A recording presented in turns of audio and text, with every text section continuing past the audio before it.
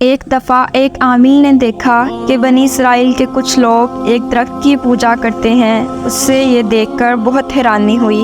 وہ فوراً گھر گیا اور کلہاڑا اٹھایا، اس درخت کو کاٹنے کے لیے چل پڑا۔ ابھی وہ رستے میں ہی تھا کہ شیطان انسانی صورت میں اس کے سامنے آیا اور کہنے لگا، بندہ خدا، تم یہ فضول کام کیوں کرنا چاہتے ہو؟ اس درخت کو کاٹ کر تمہیں کیا فائدہ ملے گا؟ عامل کو یہ بات سن کر بہت افسوس ہوا اور ان دونوں کے درمیان لڑائی جھگڑا شروع ہو گیا۔ کچھ دیر بعد شیطان نیچے گر گیا۔ عامل شیطان کے سینے پر چڑھ کر بیٹھ گیا۔ شیطان نے کہا کہ ہم دونوں مل کر سمجھوتا بھی تو کر سکتے ہیں۔ تم اس درخت کو نہ کاٹو، میں تم سے وعدہ کرتا ہوں کہ روز تمہیں 2 دینار دے دیا کروں گا، اور وہ دینار تمہیں روزانہ سرانے کے نیچے سے مل جایا کریں گے۔ ان سے تم اپنی ضروریات پوری کرنا اور غریبوں کی مدد بھی کرنا۔ اس بات پر عامل راضی ہو گیا۔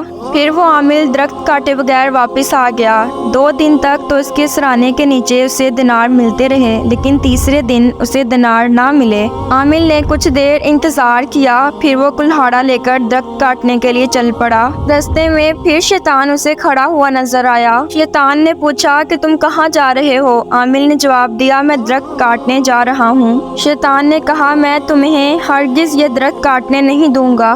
پھر سے وہ دونوں ایک دوسرے کے ساتھ گتھم گتھا ہو گئے، لیکن آج شیطان نے عامل کو گرا دیا اور عامل کے سینے پر چڑھ گیا اور اسے کہنے لگا کہ اگر تو نے درخت کاٹا تو میں تمہیں جان سے مار دوں گا۔ عامل نے کہا کہ میں تم سے وعدہ کرتا ہوں کہ اب میں درخت کو ہاتھ بھی نہیں لگاؤں گا، بس تم مجھے چھوڑ دو، اور یہ بھی بتاؤ کہ پہلی بار تو تم ہار گئے تھے، لیکن آج تم کیسے جیت گئے؟ تو شیطان نے کہا کہ پہلی بار تم خدا کے لیے درخت کاٹنے جا رہے تھے، اس لیے میں تم سے ہار گیا، کیونکہ میرا بس ان لوگوں پر نہیں چلتا جو خلوص دل سے اللہ کے لیے عمل کرتے ہیں۔ اور اس بار تم اللہ کے لیے نہیں بلکہ تم غصے کی وجہ سے آئے ہو، کیونکہ تمہیں دینار ملنا بند ہو گئے تھے، اس لیے تم ہار گئے اور میں جیت گیا۔